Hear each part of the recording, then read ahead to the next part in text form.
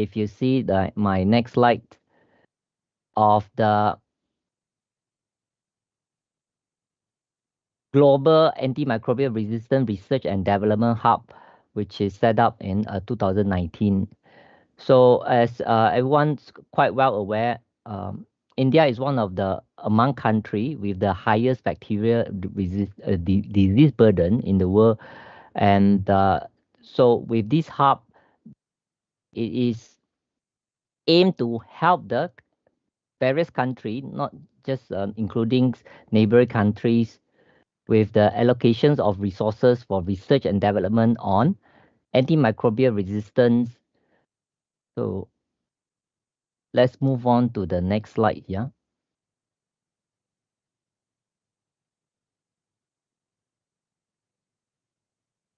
As everyone quite well aware, there is one of the greatest concern of the WHO World Health Organizations includes the growing antimicrobial resistance.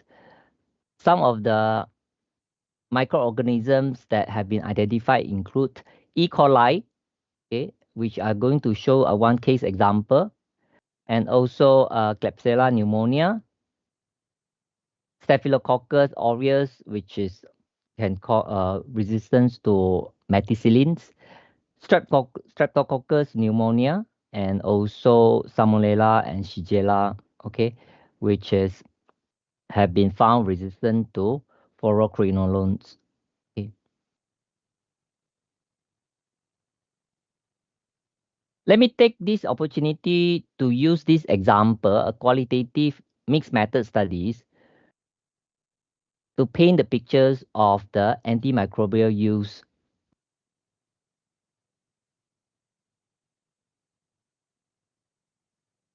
Okay, this study was published in PLOS One back in 2019.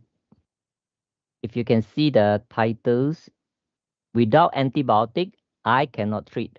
A qualitative studies of antibiotic use in this part of the India, okay, at West Bengal, India. Okay, let me just illustrate the exact locations for those who are very good in geography. I think no issues. Okay, so this is at the this particular West Bengal of India where the studies was conducted. Okay.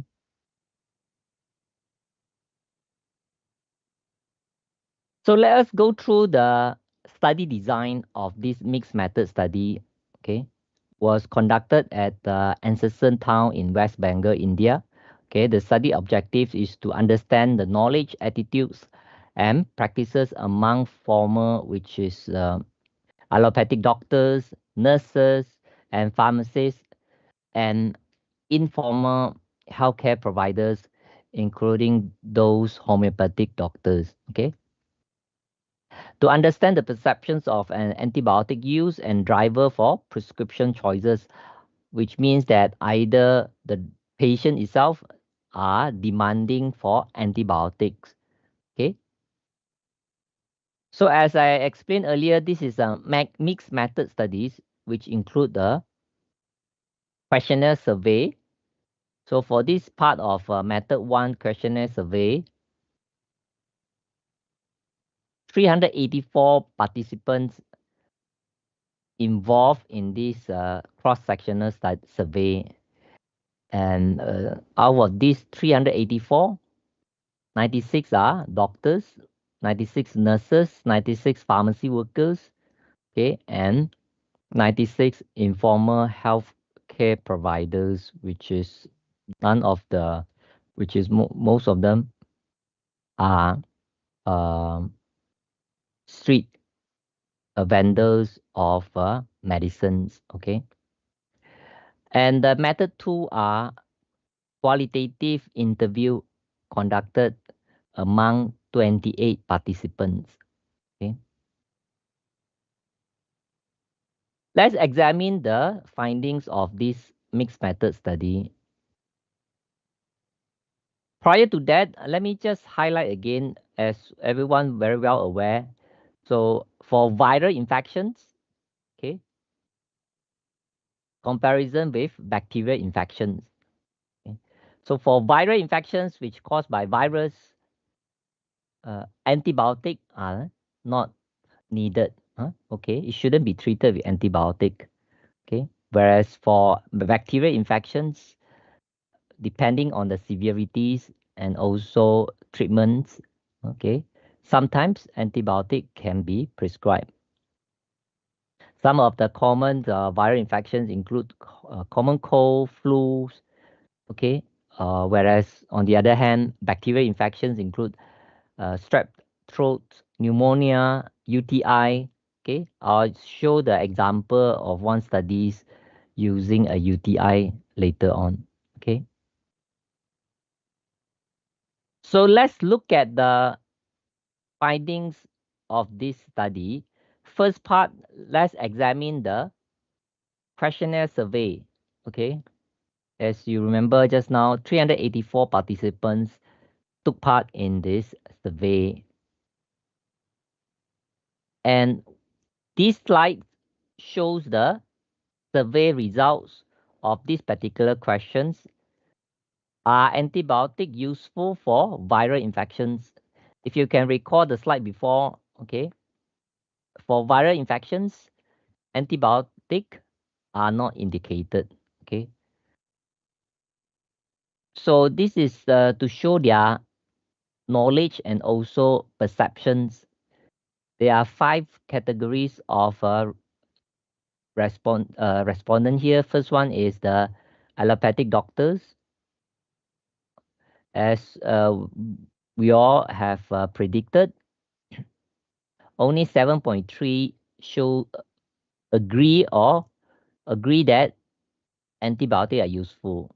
Okay, whereas for informal healthcare providers, up to 49%. In fact, if you look at the combined composite, strongly agree and agree.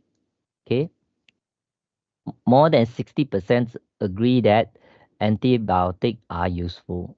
Okay, for nurses, around 50% of them agree that antibiotics are useful.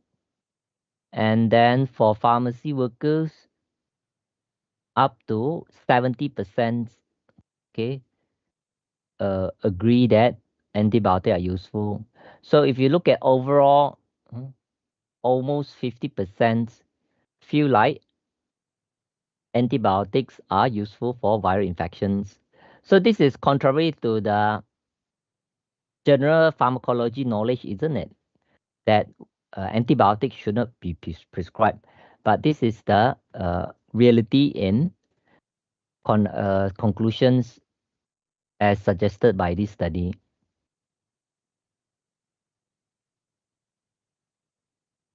Okay, let's explore further the the slide before. Okay,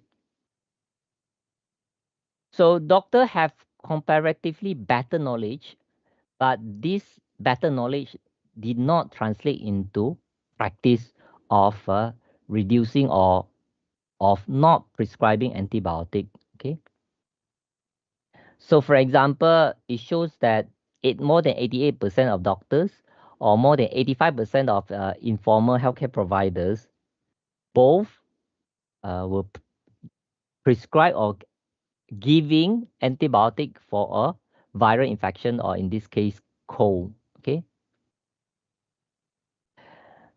and almost 30% of all providers and 58% of all informal healthcare provider rely on the medical representative, okay, or pharmaceutical companies representative to get informations about antibiotics. So if you think about it, the informations given by the pharmaceutical company most likely will be one-sided and very commercially based, which is the aim to is to increase the sales or to increase the prescribing of antibiotic. Okay.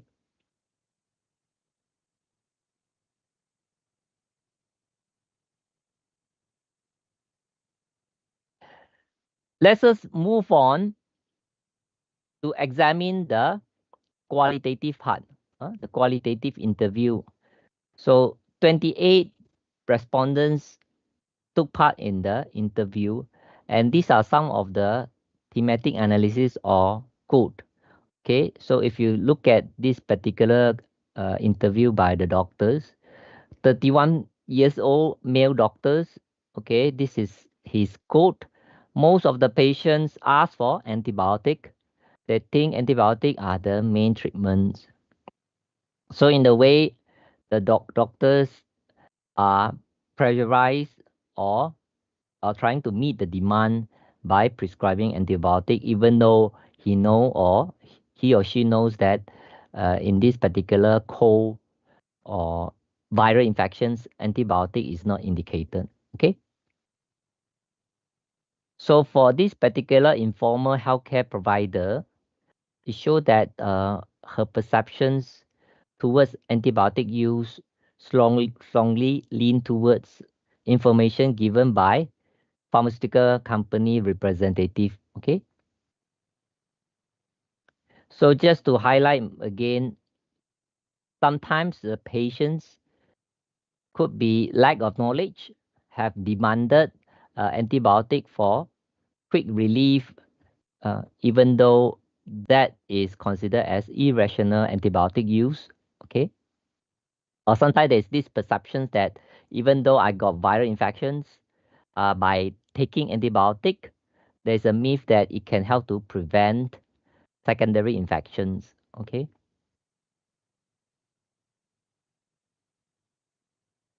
So this was the qualitative and survey studies conducted that illustrate how antibiotic is prescribed in society nowadays. Okay. I will show another studies conducted in hospitals. But before that, let's look at what is antimicrobial resistance. Okay. As if you remember just now, this is one of the key agenda under the WHO, which they are trying to reduce the AMR, which is the antimicrobial resistance.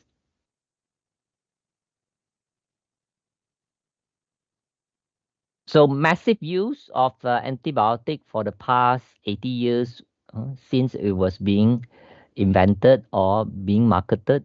Okay, and both appropriate and inappropriate use of antibiotic have increased the occurrence and spread of bacteria that are resistant to antibiotic.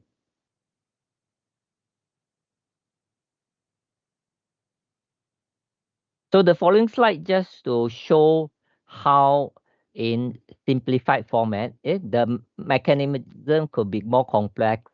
Okay, this is just one of the mechanisms of antibiotic resistance development. Okay, so according to the definitions, antibiotic resistance is the ability of bacteria to protect themselves. Sometimes there's this wrong perception is the patient body become resistant. No, it's the bacteria become resistant to the antibiotic. Okay. So this is, for example, a populations of mainly susceptible and bacteria. Okay, which sometimes you will is commonly there are a few resistant bacteria. Okay, just like human bodies, normal physiologically normal people, we do have some cancerous cell also, which is but being suppressed and then not manifested as cancer.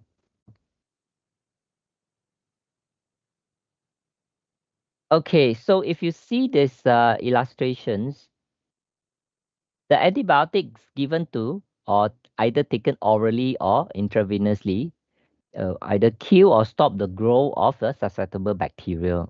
Okay, but sometimes we do not complete the treatment course, or sometimes the wrong choice of antibiotic is given, or sometimes uh, the wide spectrum antibiotic is given and it's not the targeted treatments. So it leads to the antibiotics select for resistance bacteria as shown here. Okay, so the populations of susceptible bacteria in fact slowly grow, which lead to more obvious antimicrobial resistance at the macro level. Okay, so what are the consequences? Okay, each year this is slightly old data. The latest data in fact shows a greater number. Okay, for example, more than 58,000 young children or baby die as a direct result of infections of highly resistant bacteria transmitted from the pregnant lady or for their mothers. Okay, and in US alone, more than 23,000 deaths is caused by the antibiotic resistance. Okay, so local data also show in South Asia, including India, Pakistan, Nepal, Bangladesh. Okay, approximately one newborn child dies every 5 minutes from bloodstream infections, which is sepsis, because the antibiotic given have developed resistance. Okay, which means it's not effective anymore. Okay,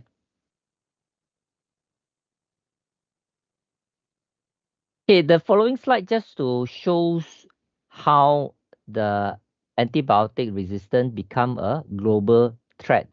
Okay, and how this can be tackled. Okay, so as we've gone through the previous slides, use of inappropriate use of antibiotic, okay, is more rampant even among veterinary pharmacy or in poultry farming. Okay, so in poultry farmings, like even polymyxin was used widely, which can cause sometimes cross resistance. Okay, and this is the use of antibiotic in vet. In fact, it is very is a growing problems that need to be tackled immediately. Okay, so this lead to selection of and maintenance of resistance. Okay, in overuse of because due to the overuse of antibiotic in poultry farming. Okay, and another factor is the spread of resistant bacteria due to poor hygienes and sanitations. Okay, food and waters, and also increase in mobilities, global mobilities due to traveling. Okay.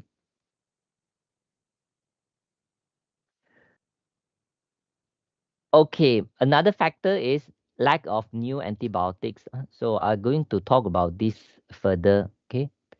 So if you learn about pharmacology, okay, you know that the last new antibiotic class that was introduced was due to the drug discovery took place in around 1980s.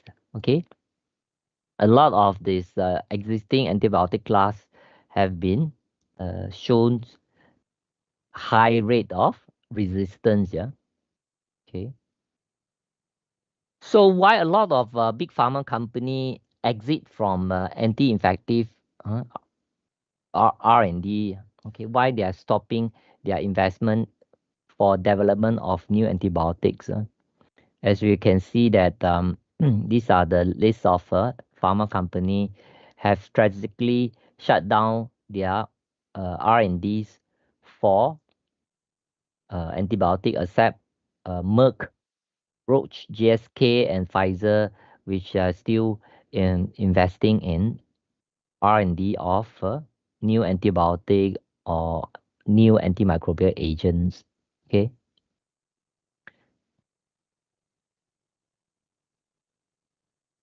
So if you examine this time chart, okay, back in the 1920, as I mentioned, up to 1980s. Okay, the last group was the lipopeptide. Okay, which is the polymyxin B. Okay, unfortunately, the polymyxin B is heavily used in the.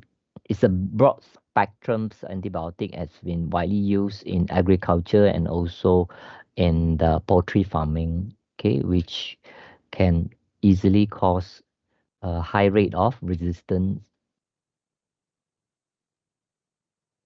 I would like to take these opportunities to highlight also back in the January this year.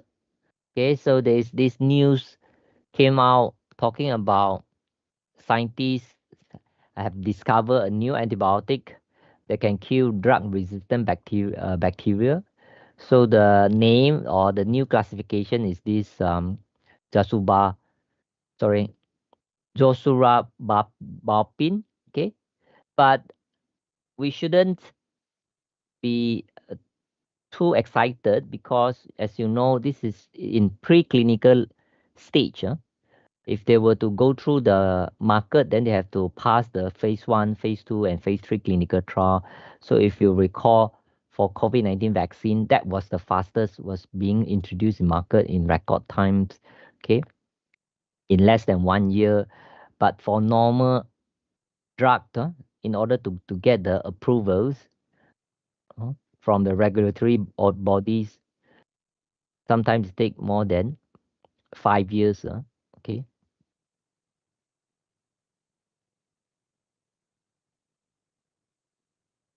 Okay, let's look into the strategy to reduce antimicrobial resistance in action.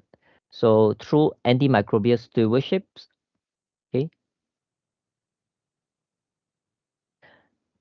just to introduce before we talk about further about antimicrobial stewardships, okay, as we know, there is excessive use of antibiotic and we need to take action and control.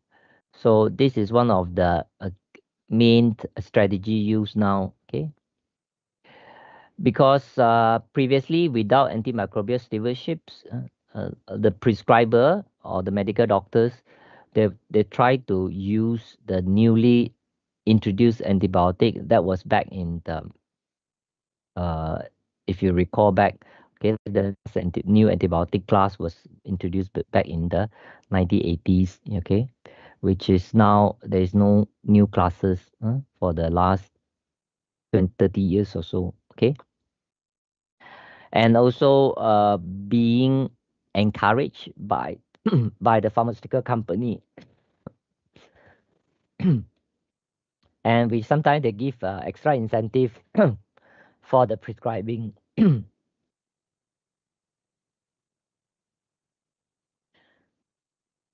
So antimicrobial stewardship is very important because an average child, okay, receive more than 10 courses of antibiotic. This could be more in certain country before the age of 18. Okay, and also new study have shown that the antibiotic affect our microbiota.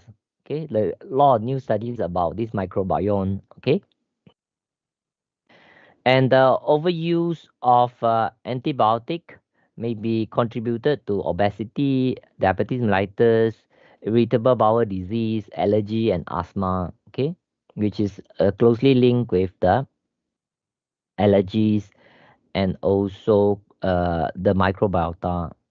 Okay, just to highlight, even there's a studies published in Nature's back in 2011. Okay, saying that there's the concerns about the antibiotic focusing on the bacterial resistance. Okay, that the use of antibiotic could have some long-term effect, a long-term change to our protective normal flora.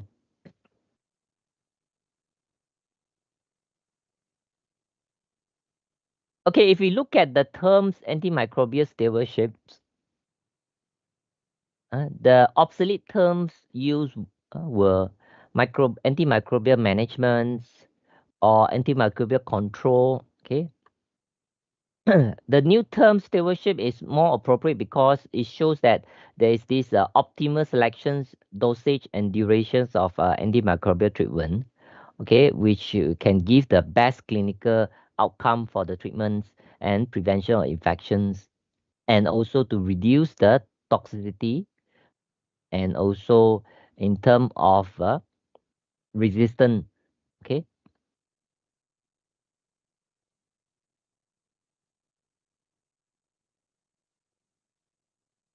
When it comes to medicine management of or similarly use of antibiotic, three aspects that we are looking at. First one is patient safety, which means to reduce the adverse drug reactions. Yeah, and also there should be a good efficacy, which is effective. And for the antibiotic, is we also look at the reduced chances of gaining bacterial resistance. Also, the third factor will be the cost. We want a cost-effective treatment.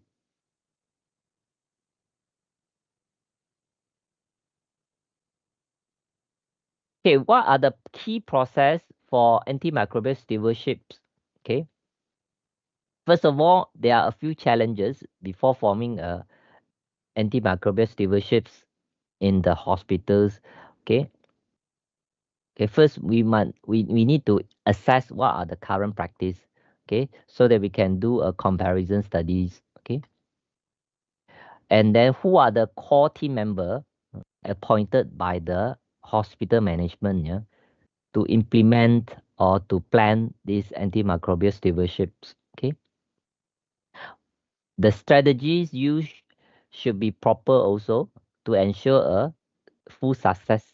Okay, and also sometimes there's hindrance in terms of the uh, from the business point of view, because sometimes they would like to give the most wide spectrum antibiotic from business point of view, okay, to reduce, for example, um, to increase, for example, the cost, or to increase, for example, the chance of initial success, but in long run it can cause this antimicrobial resistance.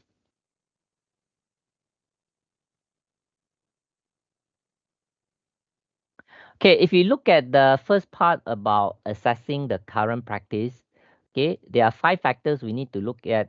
First one is the pharmacy system. Okay, it's the pharmacy team should supporting as well, and also the dispensing system should be ready in terms of the dispensing system. Okay, microbiology systems in terms of the testing of the culture and sensitivities. Okay, there should be data about the use or data about the infections control and in the local hospitals. Okay, the IT infrastructures also should be ready in terms of using electronic prescribings. Okay, or there should be some certain mechanisms, electronic mechanisms, to prevent access, to control the prescribing of antibiotic, and so audit, pre-audit, uh, drug antibiotic use audit should be conducted from time to time. Okay. Okay, whereas the team dynamics, who are the core team members involving in this antimicrobial stewardship? Okay, the core team member include the infectious disease physicians, infectious disease pharmacists specializing in the medicine management of antibiotic. Okay, the clinical microbiologist looking at the culture sensitive pattern, preparing the antibiotic gram. Okay, communications in terms of all this key member in terms of the authorities given to the antimicrobial stewardship team or infectious disease team. Okay, also crucial.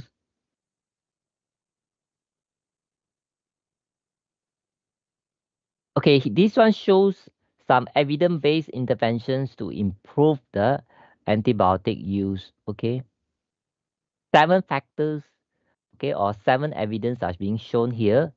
The first one highlighted here is the use of diagnostic and treatment algorithms, okay, which I will show using one example.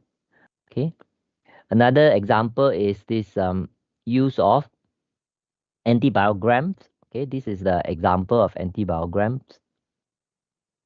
Okay, so antibiograms are tables or charts that shows how susceptible a series of organisms to different antimicrobial agents. So it's also divided according to the disease or organ system. Like for example, this one shows urinary tract infections. Okay.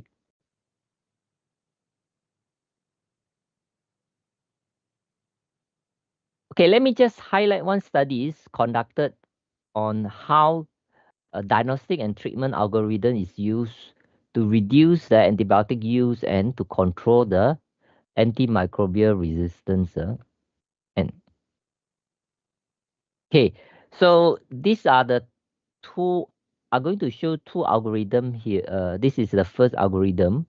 Okay, here the aim is to decrease the inappropriate urine culture and also inappropriate treatment of bacterial urea. Okay, bacterial urea or before the provisional diagnosis before is confirmed as the urinary tract infections. Yeah. Okay. Let's say, for example, there's a patient, okay, with coming with a fevers, okay, and also the following baseline informations for the last 12 hours. Okay. If it presented, okay, so if you can see the algorithm, yes or no, isn't it? So there are, if it's yes, okay, then they will look again on all these symptoms. Okay. For example, dysuria, urinary, if patients have been given catheter before, okay, any urine urgency or increase any gross hematuria, okay, which are the classical symptom of a UTI. Okay. So a urine culture. Okay. So moving on, let's look at the second algorithm, okay, which is continue from the first one. Okay. So as I mentioned just now, if it's a patient need to go for a urine culture, so we know that either urine culture come in as a positive or negative urine culture. Okay. So if it's positive, that means there is more than certain number of CFU, colony forming units per ml of the urine samples. Okay. In this case, if patients is receiving urinary catheter, if it's yes, okay, is there any kind of further symptoms shown here? For example, rigors, okay, fevers, which is strongly correlate with infections. If it's yes, okay, then only based on this algorithm, a patient will should start on the antibiotic for UTI. Okay.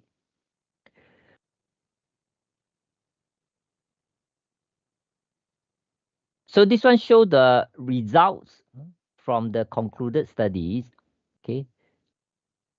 Overall, they shows that by using these two algorithms to determine whether urine culture should be used or to determine whether antibiotic should be prescribed for a confirmed UTI in using this algorithm.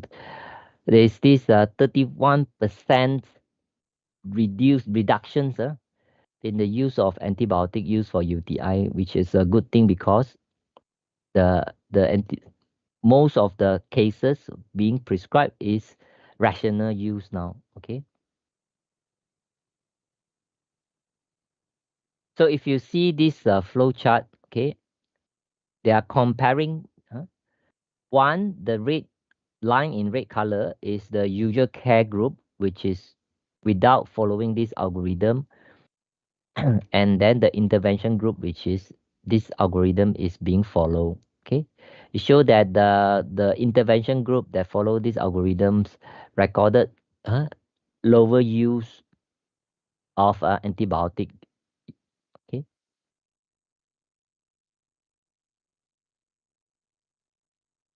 Okay, let's look at also overall the results. It's divided into three interventions, 3 months before the interventions were conducted, and then 6 months post intervention, and also up to 30 months post interventions. Okay, three main criteria are being presented here. First one is the urine cultures per 1000 patient days, and then the bacteriuria treated, and also antibiotic use in terms of antibiotic days per 1000 patient days.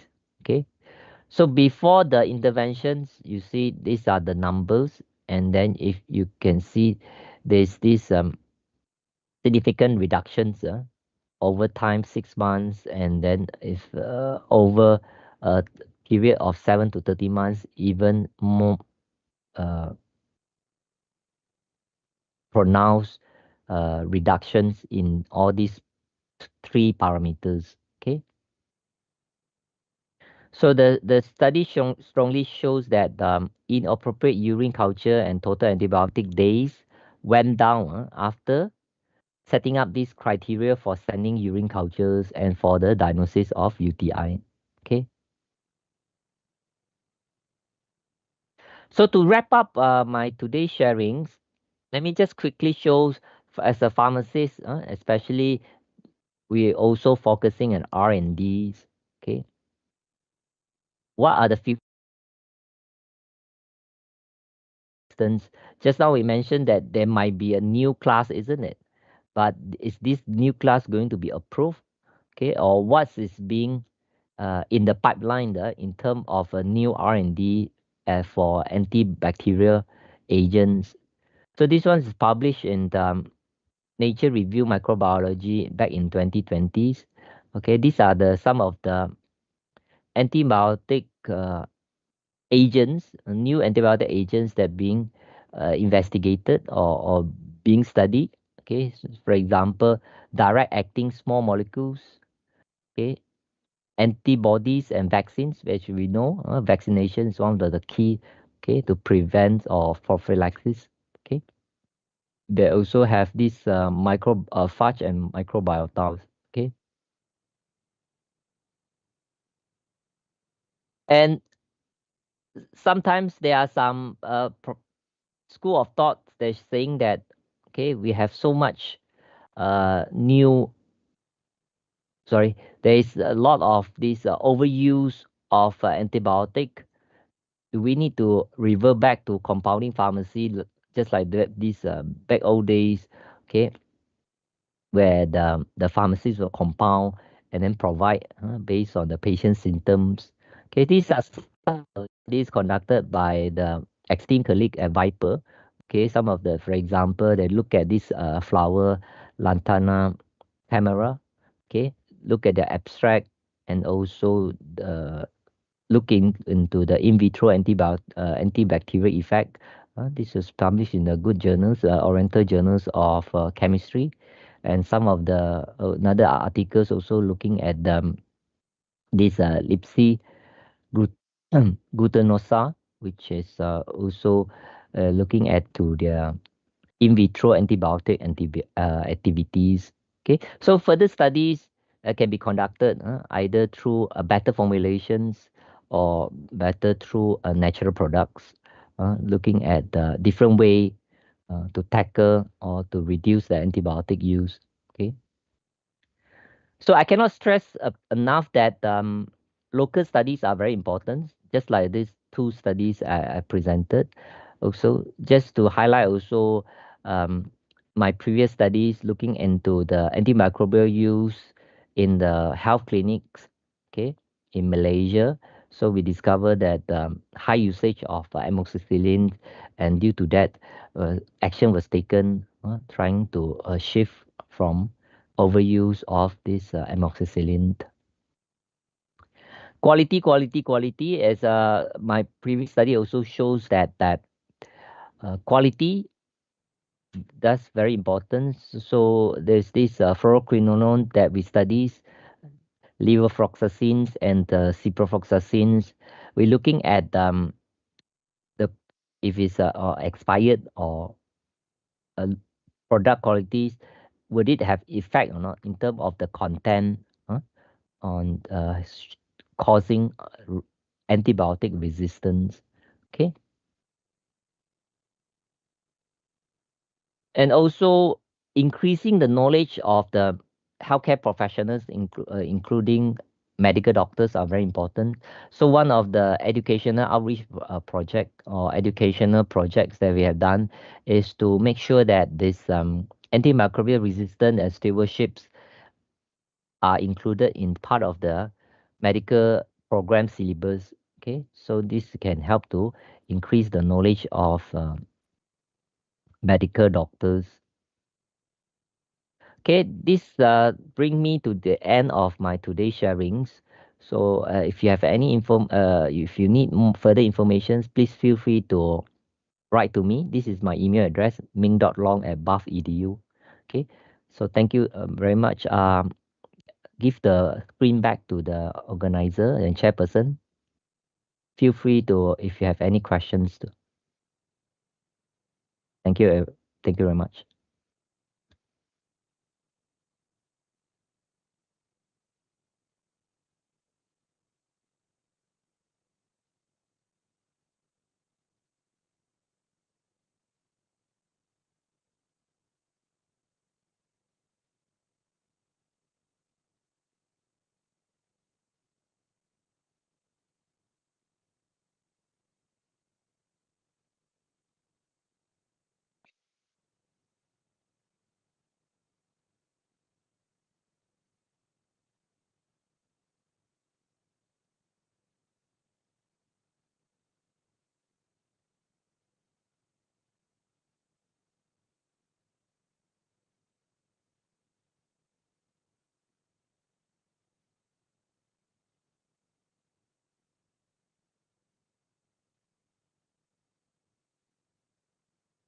Good afternoon, sir. Hi, good afternoon. There was a statement in your presentation that there is a chance of acquiring antibiotic resistance after using an antibiotic for 18 years continuously in children. But what is the case in adults, sir? Okay, yeah. So let me just clarify. So that was based on the one particular study that shows that on average, okay, this was based on the Western studies, okay. Generally, for in that study populations, they show that up to 18 years old, okay, for I mean for those study populations, okay, on average they found out that they have received 10 to 20 courses of antibiotic, okay. So in those study they didn't show what are the numbers for adult, but if you can project based on the my presentation just now, like most of the time, as shown by the Prof. Allen also in his yesterday's study, so in his presentation this morning, this compliance is a big issue, isn't it? Like I even for myself, if I've given antibiotics, sometimes I didn't finish the 7-day course. Okay. I take 3 days. After that, I stop taking. Okay. Sometimes it's because I have diarrhea, or sometimes because there's this metallic taste, any other potential side effect that caused by the antibiotic itself. So in this way, this increase the chance of this antibiotic resistance. It doesn't affect the physiological functions of that patient per se, but the overall at the macro level, okay, it can cause this antibiotic resistance because uh, the resistant antibiotic have a chance to grow, okay, and it can lead to more antibiotic resistance. Hope I answer your questions. Yeah,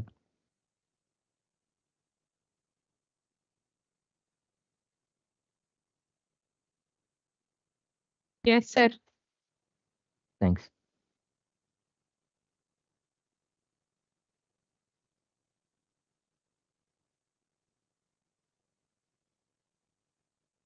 Good afternoon, sir. Hi, good afternoon, madam.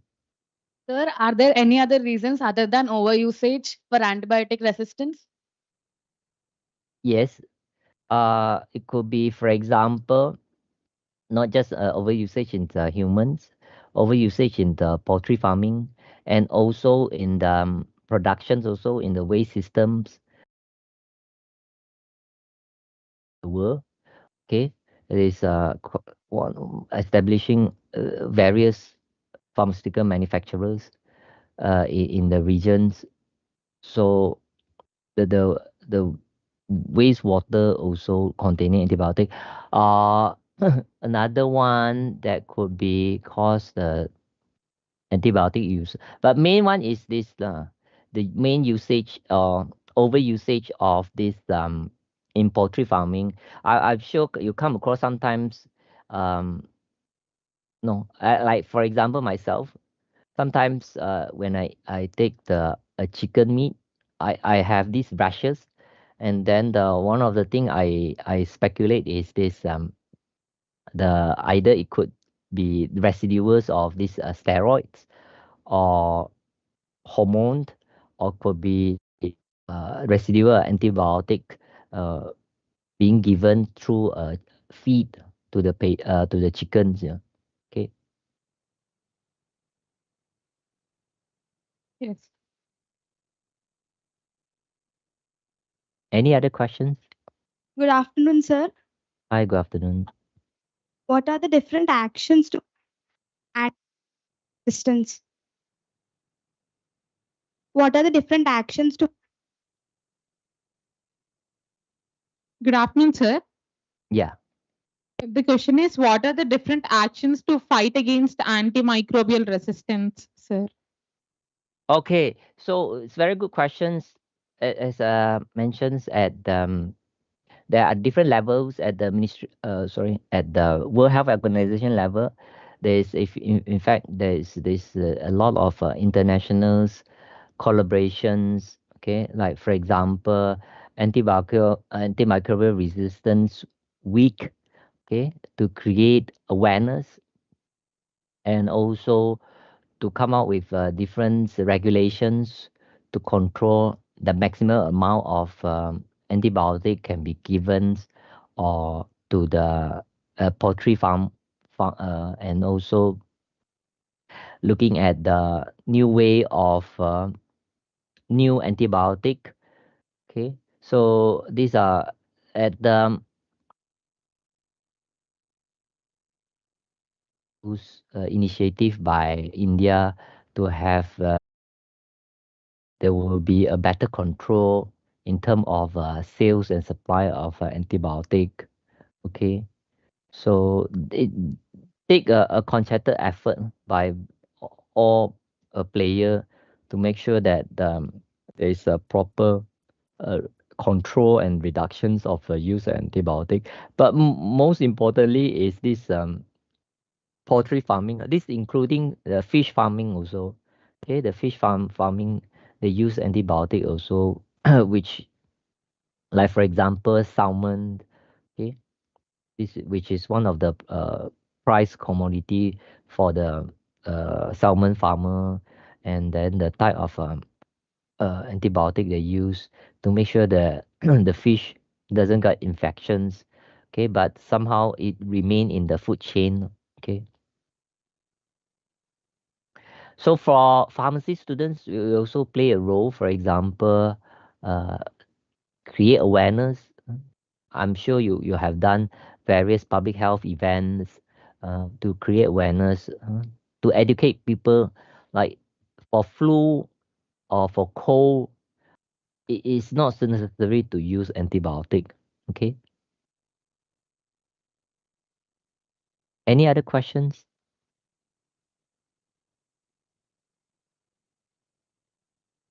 Good afternoon, sir.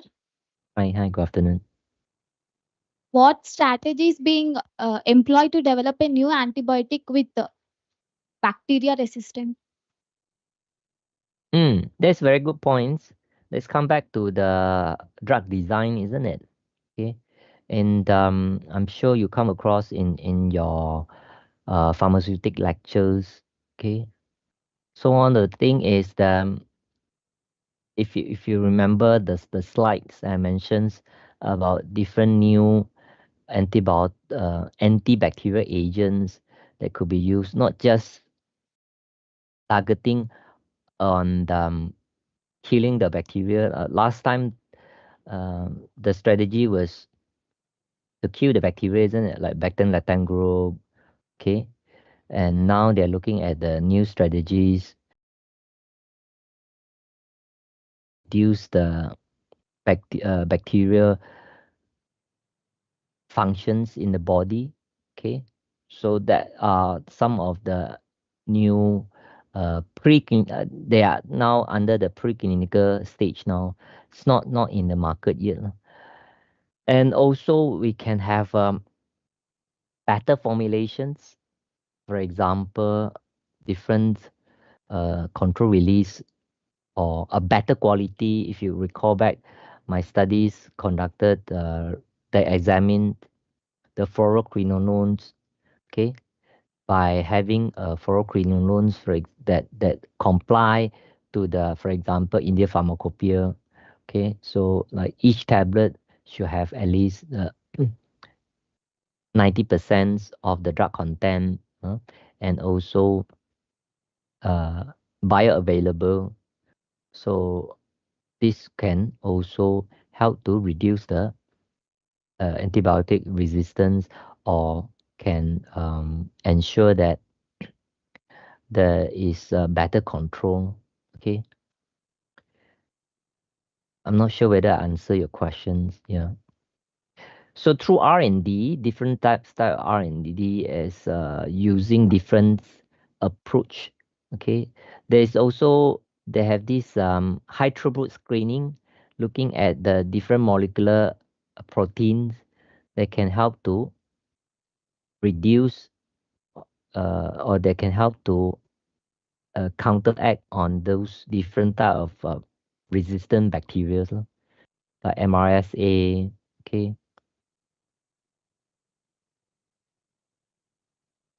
Good questions. Any other questions? No, sir. Thank you.